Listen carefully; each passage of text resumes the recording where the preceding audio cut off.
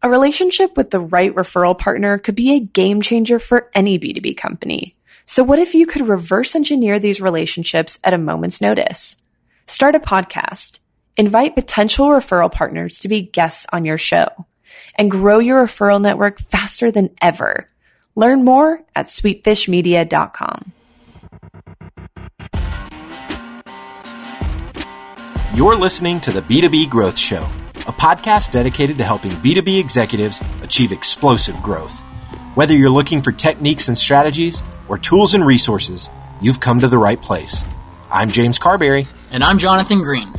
Let's get into the show. Welcome back to the B2B Growth Show. We are here today with Carrie Luxem. She is the CEO of Restaurant HR Group and CarrieLuxem.com. Carrie, how are you doing today? I'm doing great. How are you, James? I am fantastic. So, Carrie, I came across you on LinkedIn probably several weeks ago, and I've just kept seeing you pop up in my feed. And I finally decided to reach out and get you onto the show because I think you've done a phenomenal job of building your personal brand on the platform, your content. It seems like everything you put out goes viral. And I love what you're doing. Tell us briefly, what are you up to at Restaurant HR Group and CarrieLuxem.com? And then I want to dive into some of the core things that you've done to build your personal brand. Sure. Yeah. Okay. Well, thanks again for having me. I'm super excited to be here.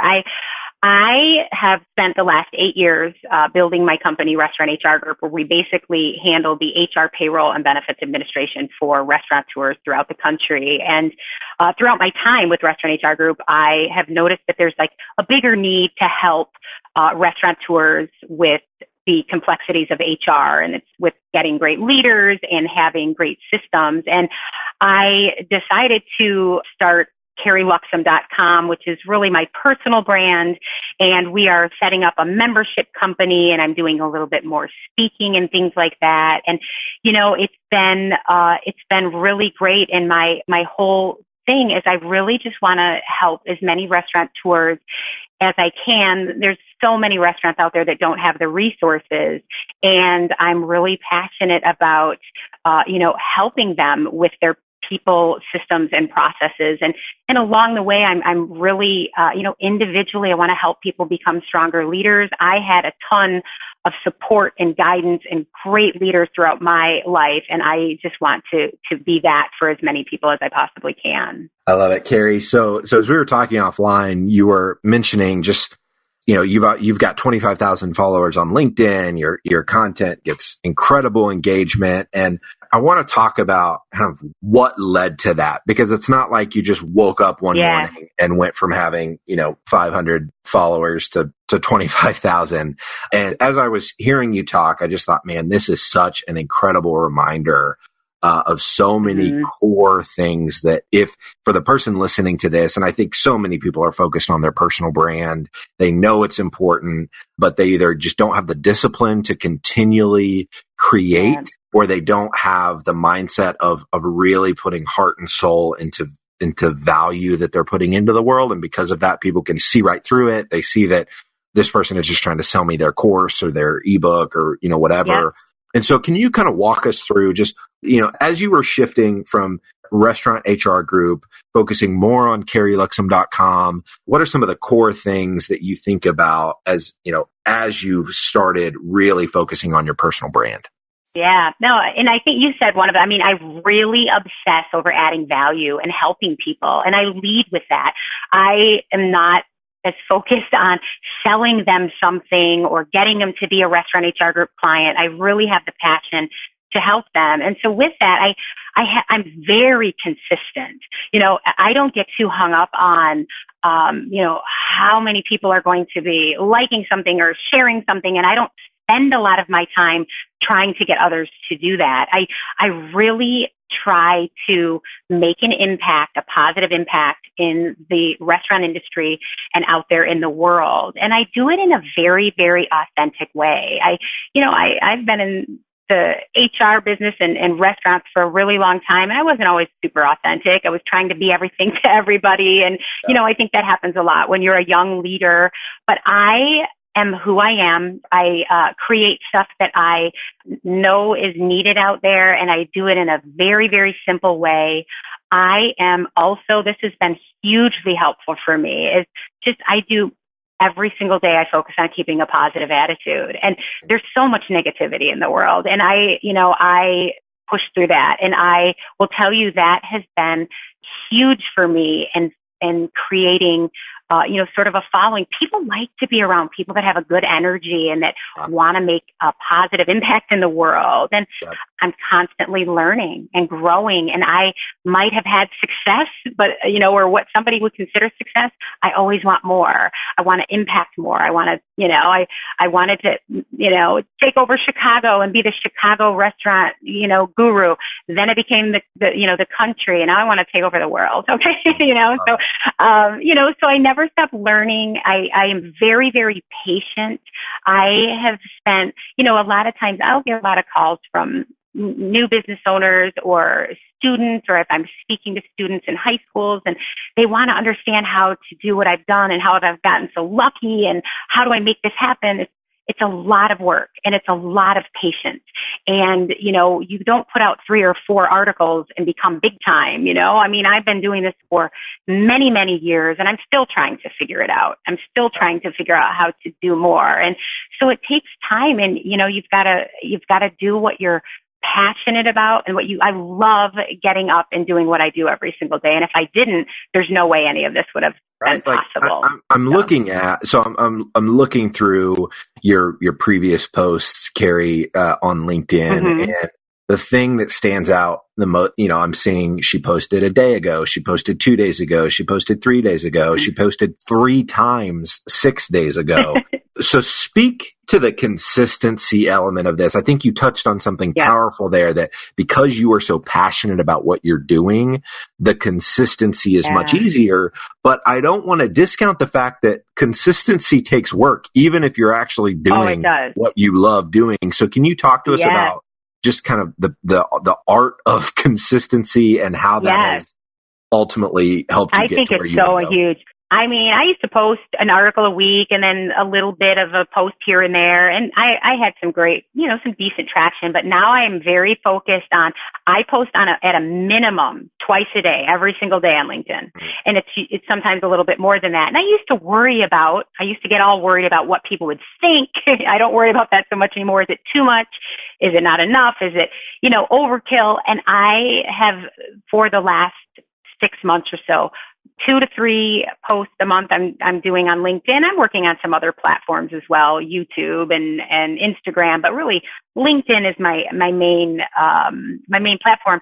And I create some content. I get burnt out too. And I have content available for those days that I just don't feel like getting creative or whatever. But also, I told you I run Restaurant HR Group, and I see the things that happen every day. And I'm basically, sometimes you'll see a video that I do or some content or a small post.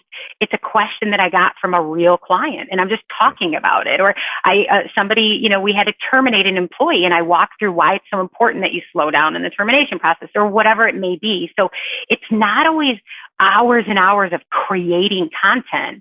It's just living the life that I have, and my personal life too. I mix it all in, because for me, it's not business and professional and then personal. It's my life. And so I talk a lot about, and again, I really want to make the world a better place. I want to develop great leaders, and I want to help restaurateurs. So there's a lot to talk about. I can talk about being a good person. I can talk about how to give back in the world. I can talk about a process or leadership. But yes, you're right, James. It is a lot of work. Because it's not only just putting the stuff on LinkedIn, it's following up with the people that contact you. And it's kind of managing all that and keeping true to your word. I care about people, and I don't want to just discount that. Things are changing though. As I'm growing my network, I'm obviously building a team, and things are changing, and I'm just every single day trying to figure out how to continue to evolve and grow as my network gets a little bit larger. I'm resonating with so much of what you're saying, Carrie. So I want to talk a little bit about content partnerships. I'm looking at your feed right now, and I see a week ago you posted 2 new videos in your series with Cabbage. Can you talk to us a little bit about content partnerships, what those have looked like for you, how those opportunities came to be? Because I think there could be an interesting angle there to dig into. Yeah.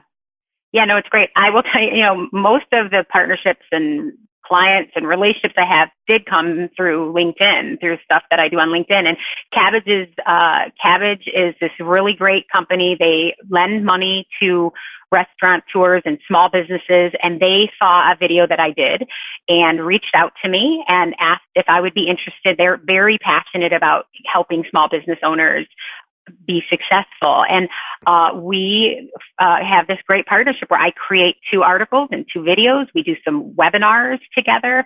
It's been a really, really great partnership. And, and that came from all of the efforts that I put into my everyday life on LinkedIn and what I'm doing. And so that's working out really great. And I've also been contacted by and have a partnership with one right now, hopefully more soon, with like payroll companies that need sort of advice and back end stuff. And again, it's just coming from being out there in the world. And I'm out there in the world now because of social media, because of LinkedIn, because of, that sort of thing. So, so those are really great. And it's interesting because even in the last like 3 months, the amount of inquiries I'm getting on different partnerships that I wouldn't even have thought of, that aren't even in my world, like whether it's an endorsement type deal or, content partnerships or speaking engagements and that sort of thing are starting to come across my desk. So it's really exciting. I am not nearly to the level where you are with your LinkedIn game, but I'm already, I'm seeing the same, similar opportunities. Two of the biggest deals that we've, had in the history of our business are in the midst of closing, and they're both in large part due to LinkedIn. And so I'm experiencing firsthand the benefits of really focusing on my personal brand, being consistent, putting myself out there. One thing you mentioned, kind of being human. It's interesting. One of the most popular posts that I've written on LinkedIn was telling the story about how my dad left when I was 2 and what I learned through that experience. And, I was able to, tie it back to the fact that my mom and my grandma and my sister were kind of this incredible support system around me growing up. And because of that, my default now is to surround myself with supportive people. But it wasn't until recently that I kind of had that epiphany that had it not been for how supportive my family unit was growing up, and that may have not been the case had my dad been around. The dynamic might have changed. And so being grateful for that situation instead of looking back on it and going, all of these things that I missed out on not having a dad growing up, and how that resonated with people on such a deep level that, I'm still getting messages from people that are like, James, saw your post, my dad left when I was 18 months old and And I just think that when your intent, you touched on it earlier, Carrie, but when your intent is to really make an impact and to attempt to allow your life to make the lives of others better,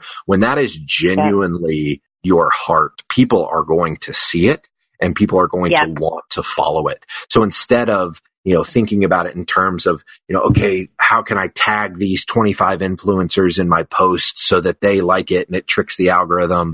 How many times do I have to say, share this post in my, in my update to get somebody to share it or, like it or comment it or whatever? I think when you are real, and you actually want to make an impact. And so that's something I'm seeing you doing in your videos and your written content. And so it's no surprise to me that you now have a lot of people paying attention to everything that you're putting out. Thank you.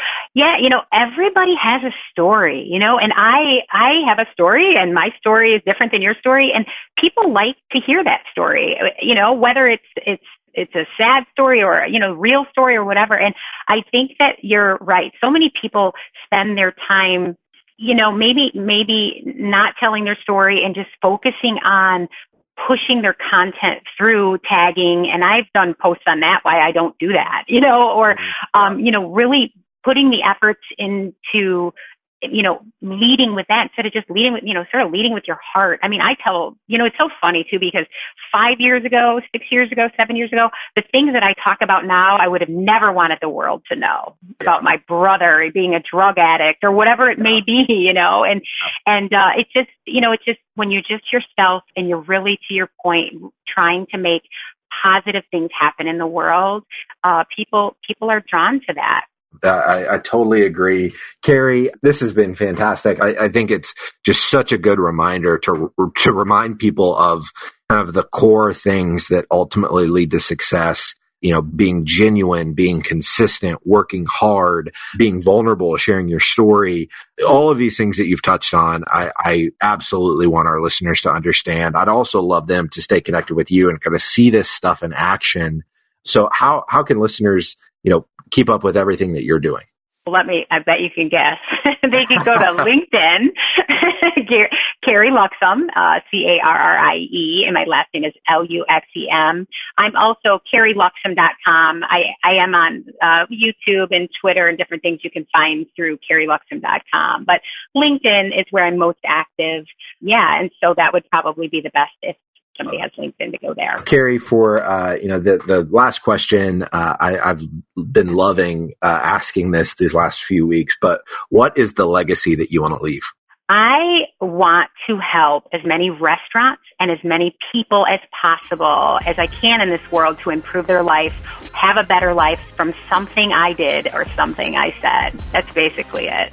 I love it. Carrie, again, this has been incredible. I really appreciate your time and excited to get this one live and put into the world. Awesome. Thank you so much. I appreciate it.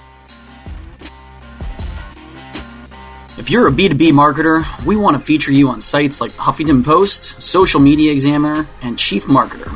Every week, we send out a question related to B2B marketing. We use the responses to those questions to fuel the content we write for really popular websites.